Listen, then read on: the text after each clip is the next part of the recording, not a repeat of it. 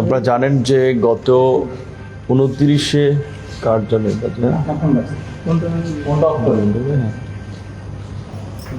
আপনাদেরকে ধন্যবাদ আপনারা রাতে এখানে উপস্থিত হওয়ার জন্য। আপনারা জানেন যে গত 29-এ অগস্ট গণ অধিকার পরিষদের নেতাকর্মীদের উপর আইন শৃঙ্খলা বাহিনীর বিশেষ করে পুলিশ এবং সেনা সদস্যদের একটা বর্বরোচিত আক্রমণ হয়, যে আক্রমণে কেন্দ্রীয় কার্যালয়ের সামনে সংবাদ সম্মেলন জন্য প্রস্তুতি নেওয়া অবস্থায় আমি এবং দলের সাধারণ সম্পাদক সহ অন্যান্য নেতাকর্মী যারা দাঁড়িয়েছিলাম তারা খুব গুরুতর আহত হই এবং সেখানে আমার উপরে যেভাবে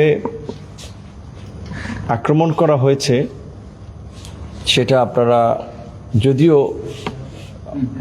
অনেকগুলো মিডিয়ায় ভিডিও করতে পারে নাই, কারণ যারা সংবাদ সংগ্রহের জন্য গিয়েছিল তাদের উপরেও কার্যত একটা আক্রমণ হয়েছিল অনেক জায়গায়, বা অনেককে ভিডিও ডিলিট করে দেওয়া হয়েছে।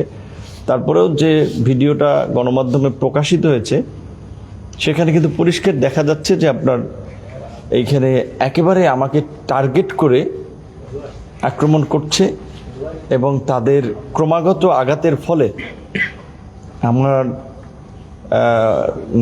নাকের হাড় ভেঙে যায়, চোখের নিচের হাড়ে আঘাতপ্রাপ্ত হই এবং রক্তাক্ত হই।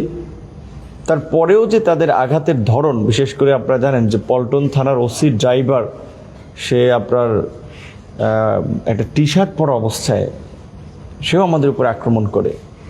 তো তার মানে এটা পরিষ্কার যে আমাদের উপরে উদ্দেশ্য প্রণোদিতভাবে এই আক্রমণটা করা হয়েছিল এবং আমাদের যেটা মনে হয় যে এটা আমাকে হত্যা চেষ্টার উদ্দেশ্যেই এই আক্রমণটা হয়েছিল এবং এই হামলাটা চালিয়েছিল।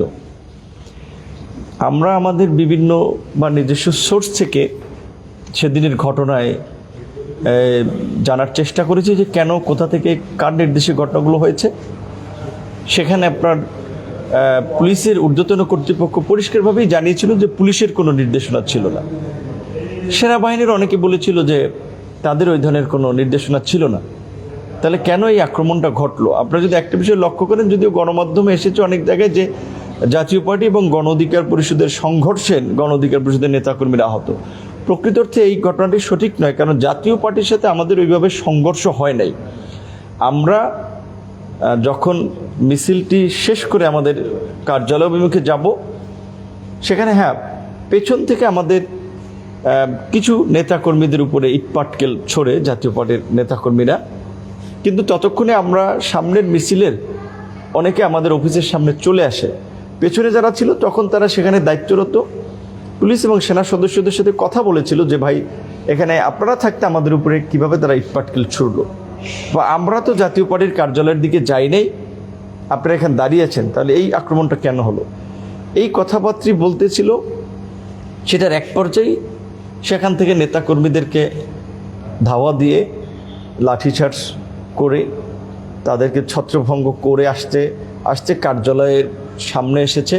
সেখানে আমরা যারা উপস্থিত ছিলাম তাদের উপরে এইভাবে বর্বরোচিত হামলা চালিয়েছে এবং আমাদের কার্যালয়ের নিচে বাথরুম ছিল, সেই বাথরুমে নেতাকর্মীরা ছিল, সেখানেও তাদেরকে ঢুকে আক্রমণ করেছে। তার মানে এটা পরিষ্কার যে এটা একটা ক্ষোভ থেকে এবং উদ্দেশ্য থেকে আক্রমণটা করেছিল। এখন কেন, কোন উদ্দেশ্য থেকে আমাদের উপর আক্রমণ করবে? আজকে যে তদন্ত কমিটি আমার সাথে কথা বলেছে, ঘটনা শুনেছি, সেখানে আমিও তাদেরকে বলেছি, যেখানে মনে হচ্ছে যে সেনাবাহিনীর কেউ এই ঘটনায় জড়িত ছিল। পুরো সেনাবাহিনী না, এখানে ওই দিনের ঘটনায় যারা কমান্ডিং অফিসার ছিল নিশ্চয়ই তাদের একটা ইনভলভমেন্ট ছিল, যে এই ধরনের বিনা উস্কানিতে এইভাবে আক্রমণ করে একেবারে মৃত্যুর দ্বারপ্রান্তে পাঠিয়ে দেওয়া। এবং সেখানে যেহেতু সেনা প্রধান নিরাপত্তার দায়িত্বে যিনি আছেন, তিনিও এই ঘটনা ঘটার আগে আমাদেরকে ফোন দিয়েছিলেন, কথা বলেছিলেন। তো স্বাভাবিকভাবেই গত এক বছরের যদি দেখেন যে গণ অধিকার পরিষদের কোনো নেতাকর্মী কোনো ধরনের মব, ভায়োলেন্স, সংঘর্ষ এগুলোর সাথে জড়িত নয়। সেদিন জাতীয় পার্টির কার্যালয় দখল করতে আমরা যাইনি, তাদের সাথে সংঘর্ষ করতেও আমরা যাইনি। আমরা একটা নিয়মতান্ত্রিক প্রতিবাদ এবং মিছিল শেষ করে আসার পথে যখন আমাদের পেছন থেকে ইটপাটকেল নিক্ষেপ করা হচ্ছে, সেটি নিয়ে নেতাকর্মীরা আইন শৃঙ্খলা বাহিনীর সাথে কথা বলেছিল।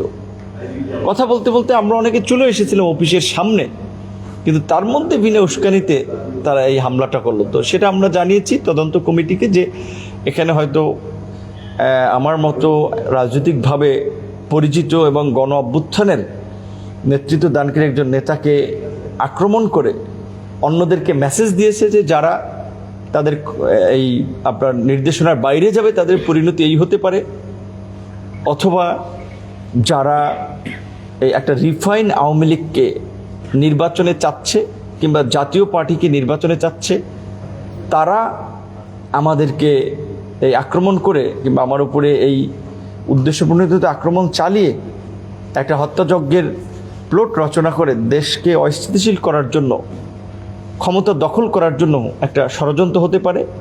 সেই জায়গা থেকে আমরা বলেছি তদন্ত কমিটিকে যে সেই দিনকার ঘটনায় ওই এলাকার সিসিটিভির ফুটেজ আছে, আপনারা সবার সাথে কথা বলেন যে জানেন কোন কারণে পুলিশ আইন সেনাবাহিনীর সদস্যরা এইভাবে আমাদের উপরে আক্রমণ করলো। কোনো তো কারণ ছিল না। এবং মিছিল ছত্রভঙ্গ করার জন্য আইন শৃঙ্খলা বাহিনীর কতগুলো টেকনিক আছে, কতগুলো কৌশল আছে, নির্দেশনা আছে। তারা হাঁটুর নিচে মারতে পারে, পায়ে মারতে পারে, কিন্তু এইভাবে মাথায় হিট করা, আপনারা জেনেছেন যে আমার ব্রেনে প্রচণ্ড আঘাত প্রাপ্তির ফলে যে রক্তক্ষরণ, হেমোরেজ হওয়া হয়েছে, নাক হাড় ভেঙেছে, চোখের নিচের হাড় ভেঙেছে।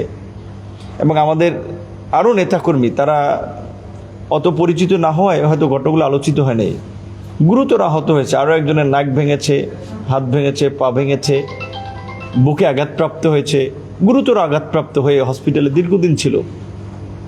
সো এই যে এতগুলো নেতাকর্মী আক্রমণ করা হলো কোন উদ্দেশ্যে, কেন? নিশ্চয়ই এইভাবে আক্রমণ করে একটা লাশ ফেলে দেশে একটা অস্থিরতা তৈরি করার জন্য, অস্থিতিশীল পরিস্থিতি তৈরি করার জন্য, কিংবা এই ঘটনায় যাতে জনগণ প্রতিক্রিয়া দেখায়। কারণ আমাদের মতো একটা বিপ্লবী সংগঠন, যারা পরিচিত নেতা, তাদের উপরে আক্রমণ হয়েছে। আপনারা দেখেছেন সমস্ত রাজনৈতিক দল কিন্তু প্রতিক্রিয়া দেখিয়েছে। সো এইভাবে একটা প্রতিক্রিয়া তৈরি করে এটার সুযোগ নিয়ে ক্ষমতা দখল করারও কেউ কেউ কোনো ষড়যন্ত্র করেছিল কিনা, কিংবা আমাদেরকে আঘাত করে গণ অভ্যুত্থানের শক্তিকে একটা মেসেজ দেওয়া হয়েছে কিনা যে যারা এই আঘাতকারীদের নির্দেশনা শুনবে না তাদের পরিণতি এরকম হতে পারে।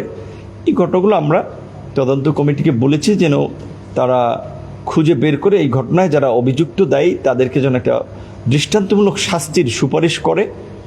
এবং আমরা যে গণ অভ্যুত্থান পরবর্তী একটা জনবান্ধব প্রশাসন, আইন শৃঙ্খলা বাহিনী চাচ্ছি, এই ঘটনার বিচার না হলে সেটি সম্ভব হবে না। বরঞ্চ 111-এর সময় আপনারা দেখেছেন তারেক রহমান সেদিন বিবিসিতেও বলেছে যে কীভাবে তাকে নির্যাতন করেছিল। অভ্যুত্থানের পরেও যদি আমার সাথে এই ঘটনা ঘটার পরে যদি কোনো বিচার না হয়, ভবিষ্যতে রাজনীতিবিদদের জন্য অশনি সংকেত, এদেশের গণতন্ত্রের জন্য অশনি সংকেত। এই ঘটনার সামনে আরও ঘটবে। সো এই ঘটনার যেন পুনরাবৃত্তি ভবিষ্যতে না ঘটে। মাজদার হোসেন মামলার মতো এই ঘটনায় জড়িত আইন শৃঙ্খলা বাহিনীর সদস্য, বিশেষ করে যারা কমান্ডিং অফিসার সেনাবাহিনীর ছিল এবং আঘাত যারা করেছে পুলিশ এবং সেনা সদস্য, সেটা আপনারা দেখেছেন। আমরা রাস্তায় ধাওয়া পাল্টা দেওয়া হয় নাই, কোনো মবও হয় নাই, কোনো বিশৃঙ্খলাও না, বিশাল কোনো জমায়েত ছত্রভঙ্গ করার জন্য না, একেবারে বিনা উস্কানিতে এইভাবে আক্রমণ করেছে। তো এই ঘটনায় যারা আক্রমণ করেছে বা জড়িত তাদের একটা দৃষ্টান্তমূলক বিচার হওয়ার মধ্যে দিয়ে একটা দৃষ্টান্ত হোক, আমরা সেটাই বলেছি। ওনারা আশ্বস্ত করেছে যে ওনাদের জায়গা থেকে ওনারা একটা নিরপেক্ষ তদন্ত করে ওনারা সঠিক প্রতিবেদন দিবে, একটা ইতিবাচক পরিবর্তন হোক, সেটা ওনারাও চায়। এই বিষয়গুলো ওনারাও বলেছে, আমরাও বলেছি। আমার মনে হয় যে একটা ভালো এবং সঠিক প্রতিবেদন ওনারা দেবে, যার ভিত্তিতে সরকার জড়িতদের বিরুদ্ধে ব্যবস্থা নেবে। যেমনিভাবে গুম খুনের অভিযোগে মানবতাবিরোধী অপরাধে কিছুদিন আগেই যে আন্তর্জাতিক অপরাধ ট্রাইব্যুনাল 23 জন উচ্চপদস্থ সামরিক কর্মকর্তা, যার মধ্যে ডিজিএফআইয়ের সাবেক পরিচালকরাও রয়েছেন, তাদের বিরুদ্ধে গ্রেপ্তারি পরোয়ানা জারি করেছে। একইভাবে এই তদন্ত কমিটির প্রতিবেদনের ফলেও যারা জড়িত তাদের বিরুদ্ধে একটা আইনগত পদক্ষেপ নেওয়া হবে এবং এটা মাজদার হোসেন মামলার মতো একটা দৃষ্টান্ত হয়ে থাকবে। এবং আইন শৃঙ্খলা বাহিনী কাউকে গ্রেপ্তার করতে গেলে কি বিহেভ করবে, কোনো একটা জমায়েত ছত্রভঙ্গ করতে গেলে কোন সময় কোন প্রেক্ষাপটে কি ভূমিকা নেবে, সেটা একটা নির্দেশনা থাকবে, যার মধ্যে দিয়ে নাগরিকরাও সুরক্ষিত থাকবে। কারণ নাগরিকরা তো প্রতিবাদ করবে, প্রতিক্রিয়া দেখাবে, এটা তার নাগরিক রাইটস একটা গণতান্ত্রিক রাষ্ট্রে।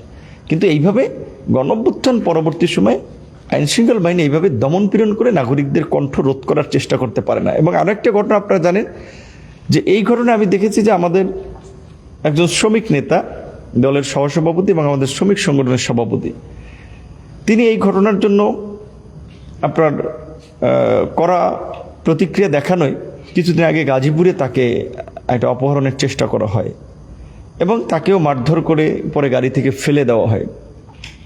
গাজীপুরের পুলিশের ঊর্ধ্বতন কর্মকর্তাদের সাথে কথা বলে আমরা যেটা জানতে পেরেছি, সেদিন তাকে এই তুলে নেওয়ার পেছনে যারা জড়িত তারাও রাষ্ট্রীয় একটি গোয়েন্দা সংস্থা। কোন গোয়েন্দা সংস্থা সেটার নাম বলে নাই। তো স্বাভাবিকভাবে এই সময়ে গণঅভ্যুত্থান পরবর্তী মাইক্রোবাসে তুলে নেয় এবং রাজনৈতিক কর্মীদেরকে, সে নিশ্চয়ই সরকারি বাহিনী ছাড়া অন্য কেউ নয়।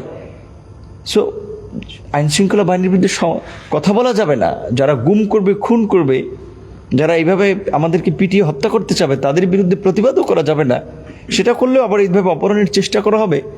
এইটা একটা খারাপ দৃষ্টান্ত স্থাপন করছে। গণঅভ্যুত্থান পরবর্তী সময় এটা আমরা চাই না। এই জন্য এই ঘটনাগুলোর আমরা শক্তভাবে প্রতিকার এবং বিচার দাবি করছি। ভাই, এই জাতীয় পার্টিকে কেন্দ্র করে যে ইস্যুগুলো হলো আপনাদের সাথে, আজকে কিন্তু জাতীয় পার্টির একটি সমাবেশ ছিল এবং সমাবেশটা পুলিশের বাধা বন্ধ হলো, এই বিষয়টাকে আপনি কিভাবে দেখছেন?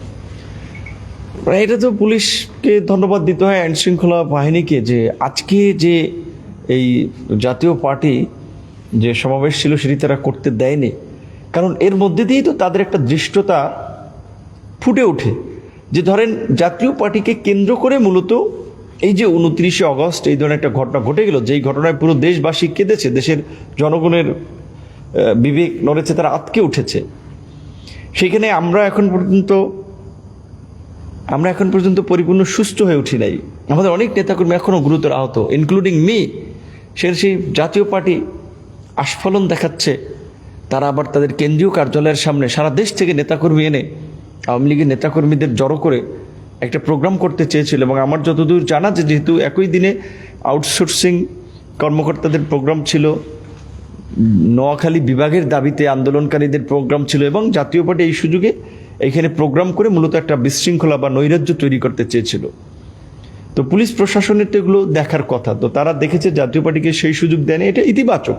এবং আমরা তো এটা বলেছি যে আওয়ামী লীগ যেই দোষে দুষ্ট, জাতীয় পার্টি তো একই দোষে দুষ্ট। সহ আওয়ামী লীগের শীর্ষ নেতাকর্মীদের বিরুদ্ধে গ্রেপ্তারি পরোয়ানা জারি হলে জাতীয় পার্টির জিএম কাদের, মহাসচিব শামীম হায়দার পাটোয়ারি সহ শীর্ষ নেতাদের বিরুদ্ধে কেন গ্রেপ্তারি পরোয়ানা জারি হচ্ছে না বা হবে না? এই ঘটনার মধ্যে দিয়েই আমাদের উপরে হামলার ঘটনার একটা লিঙ্ক আপনারা খুঁজে পাবেন বা একটা যোগসূত্র খুঁজে পাবেন। আমাদের উপরে হামলা করেছিল সেনা কর্মকর্তাদের একটা অংশ বা তাদের নির্দেশে এই জাতীয় পার্টিকেও কিন্তু পৃষ্ঠপোষকতা দিতে চাচ্ছে এই সেনাবাহিনীর মধ্যে থাকা ফ্যাসিবাদের দোসরেরা। কারণ জাতীয় পার্টির মধ্যে দিয়ে তারা আওয়ামী লীগকে বা ফ্যাসিবাদকে আবার ব্যাক করাতে চায়। সেই জন্যই আমরা বলেছি যে এই ঘটনার একটা সঠিক তদন্ত হওয়ার পরে যারা জড়িত তাদের বিচার করা দরকার, এবং এই জাতীয় পার্টিকে যারা রাজনৈতিকভাবে স্পেস দিতে চাচ্ছে তাদেরকে খুঁজে বের করা দরকার যে কোন স্বার্থে, কেন তারা জাতীয় পার্টির পক্ষাবস্থান নিয়ে জাতীয় পার্টিকে এইভাবে প্রোটেক্ট করতে চাচ্ছে, জাতীয় পার্টিকে সভা সমাবেশের অনুমতি দিচ্ছে। আচ্ছা, আরেকটা বিষয়, সেদিন আমরা দেখলাম যে আপনি যে বলছেন যে আপনার উপর হামলা হয়েছে, সেই ঘটনায় রমনা মডেল থানায় মামলা হয়েছে। সেই মামলা কতদূর এবং সেটার পক্ষে আসলে পক্ষাধীন কোন পর্যায়ে আছে? রমনা মডেল থানায় আমাদের সম্ভবত একজন ছাত্র নেতা মামলা করেছে, কারণ তারা কয়েকজন ওই দিন জাতীয় পার্টির কার্যালয়ের সামনে ওই যে জাতীয় পার্টির নেতাকর্মীদের ইটপাটকেলের সম্মুখীন হয়েছিলেন। কিন্তু আমাদের উপরে ওভারঅল যে আক্রমণ হয়েছে, বিশেষ করে আমাদের গণ অধিকার পরিষদের কেন্দ্রীয় কার্যালয়ের সামনে, সেখানে জাতীয় পার্টির নেতাকর্মীরা আক্রমণ করেন। সেটা আক্রমণ করেছে পোশাক পরিহিত পুলিশ এবং সেনা সদস্যরা। সুতরাং তাদের তদন্তের মাধ্যমে তারা কেন আক্রমণ করেছে, কোন স্বার্থে, সেটার একটা বিচার আমরা দাবি করছি। এবং তদন্ত কমিটি আশা করি যে তদন্ত সাপেক্ষে তারা একটা সুপারিশ দেবে, যে আলোকে সরকার ব্যবস্থা নেবে। আজকে সর্বশেষ বৈঠকের আপডেট কি? আজকে যে উদ্দেশ্য, আজকে আমি যে কথাগুলো বলেছি তারা শুনেছে, রেকর্ড করেছে, এবং আমার একটা যে বক্তব্য আমি দিয়েছি এটা একটা লিখিত বক্তব্য চেয়েছে। আমাদের কাছে যে ভিডিওগুলো আছে সেগুলো পেন ড্রাইভে তারা চেয়েছে, এই ডকুমেন্টগুলো দেব। এবং আমরা তাদেরকে বলেছি যে এই ঘটনা আমাদের যে এই যে কথা বলা হচ্ছে বা সাক্ষাৎ নেওয়া হচ্ছে, এটা আরও আগে করা দরকার ছিল, একটু দেরিতে হয়েছে। তো তারাও বলেছে তারাও বিভিন্ন দায়িত্বে থাকার সুবাদে দেশের বাইরে অনেকে ছিলেন, যেই কারণে তারা এটারও সময়টা ওইভাবে পান নাই এতদিন, কিন্তু এখন তারা চেষ্টা করছেন। এবং আমি এটা বলেছি যে এই ঘটনা যেন কোনোভাবেই ধামাচাপা না পড়ে, এবং যেহেতু ফেব্রুয়ারিতে নির্বাচন, ডিসেম্বর থেকে তফসিল বা নির্বাচনী কার্যক্রম নিয়ে আমরাও ফিল্ডে থাকব। সুতরাং এই ঘটনার যত দ্রুত তদন্ত প্রতিবেদন দেওয়া যায় ততই সকলের জন্য মঙ্গল। সেই জন্য আমরা বলেছি এই মাসের মধ্যে যেন এই ঘটনাটা তদন্ত প্রতিবেদন তারা দিতে পারে, সেটা আমাদের জায়গা থেকে আমরা বলেছি। যেহেতু এটা একেবারেই গণমাধ্যমের সামনে ঘটেছে, প্রকাশ্য একটা ঘটনা, অসংখ্য এভিডেন্স আছে, এই ঘটনা যত দেরিতে হবে প্রতিবেদন, তত এই ঘটনার ন্যায় বিচার প্রাপ্তিতে আমরা মনে করি বাধা তৈরি হবে এবং ঘটনাটা ধামাচাপা দেওয়ার একটা প্রবণতা বা প্রচেষ্টা তৈরি হবে। সেই জায়গা থেকে আমরা বলেছি যে যত দ্রুত সম্ভব এই ঘটনাটা প্রতিবেদন দিয়ে দিতে। আচ্ছা, আর একটা বিষয় হচ্ছে, শর্টকাটে যদি আমি বলি, আপনারা আসলে জাতীয় পার্টির নিষিদ্ধ দাবি চেয়েছেন, নিষিদ্ধ করার দাবি তুলেছিলেন। পক্ষান্তরে সেদিনের ঘটনায় জাতীয় পার্টি কিন্তু আপনাদেরকে নিষিদ্ধ করার দাবি জানাচ্ছে এবং বলছে যে গণ অধিকারকে নিষিদ্ধ করতে সরকারের আহ্বান জানিয়েছে। এই বিষয়টা আপনি কিভাবে দেখছেন? জাতীয় পার্টি গত 16 বছরের ফ্যাসিবাদের প্রধান সহযোগী ছিল। আওয়ামী লীগ দেশে যে গুম, খুন, মানবতা বিরোধী অপরাধ করেছে গত 16 বছরে, সেই একই অপরাধে জাতীয় পার্টি অভিযুক্ত। সেই অপরাধে জাতীয় পার্টি অভিযুক্ত। জাতীয় পার্টির অনেকের নামে মামলা হয়েছে। শুধুমাত্র প্রশাসনের একটা অংশ যারা ওই যে ফ্যাসিবাদকে ফেরাতে চায়, তারা জাতীয় পার্টিকে ব্যাক করার বা ব্যাকআপ দেওয়ার চেষ্টা করতেছে। তো জাতীয় পার্টি কী বললো সেটা তো আমাদের কাছে বিবেচ্য বিষয় না। আমাদের আন্দোলন সংগ্রামের মধ্য দিয়ে স্বৈরাচার পালিয়ে গিয়েছে, ফ্যাসিবাদের পতন হয়েছে। এখন ফ্যাসিবাদের সাথে যারা জড়িত তাদের বিচার হচ্ছে। আওয়ামী লীগের নেতাদের বিচার হয়েছে, অনেকের নামে মামলা হয়েছে, জাতীয় পার্টির অনেক নেতার নামে মামলা হয়েছে। তাদের নামেও গত 15 বছরের লুটপাট, গুম, খুন, মানবতা বিরোধী অপরাধের অভিযোগ রয়েছে, তাদেরও বিচার হবে। তাদের এতদিনেও বিচারটা না হওয়া, এবং তারা যেই কার্যালয়টা আছে ওইটা কিন্তু তাদের কার্যালয় না, ওইটা এস আলমের ভবন। সো ওইখানে বসে তারা এই পল্টনের মতো একটা ব্যস্ততম জায়গায় বসে তারা আপনার এই ধরনের বিশৃঙ্খলা করবে, সেটা তো আইনশৃঙ্খলা বাহিনীর দেখার দায়িত্ব, এবং আজকে তারা দেখেছে। আশা করি আইনশৃঙ্খলা বাহিনী শক্ত হবে এবং তাদের বিরুদ্ধে ব্যবস্থা নেবে।